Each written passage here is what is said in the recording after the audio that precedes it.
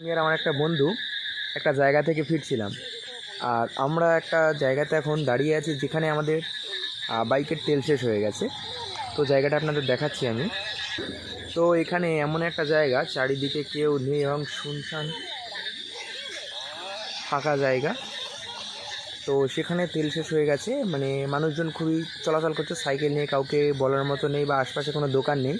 তো এখানে 3-4টে ভাই আসছিলো, তাদেরকে বললাম, তাদের কাছে টাকা দেওয়া হয়েছে। তারা তেল আনতে গেছে প্রায় 5-7 মিনিট মতো হলো। তো আমরা এখানে দাঁড়িয়ে আছি, তো দেখি ভাইগুলো কখন তেলটি নিয়ে আসে। তো এই যে গাড়ি নিয়ে এখন দাঁড়িয়ে আছি, দেখি ভাইগুলো কখন আসে, আসলে তারপর বাড়ি যাব।